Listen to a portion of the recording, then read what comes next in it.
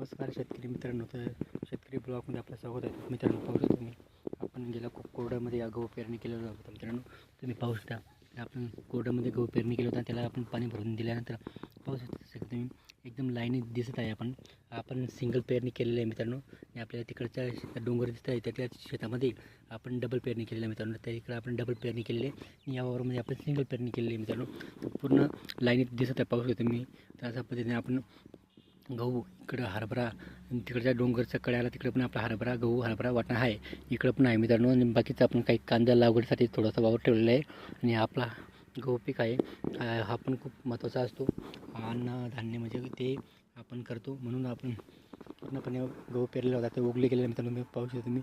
आता काय फक्त पाणी आणि खत द्यायचं, एवढंच आपलं काम आहे मित्रांनो. आणि काही कांदा लागवडीचं थोडं काम बाकी मित्रांनो. व्हिडिओ आवडलं तर लाईक शेअर कमेंट करा. आमच्या चॅनल सबस्क्राईब करा. जय जवान जय किसान मित्रांनो.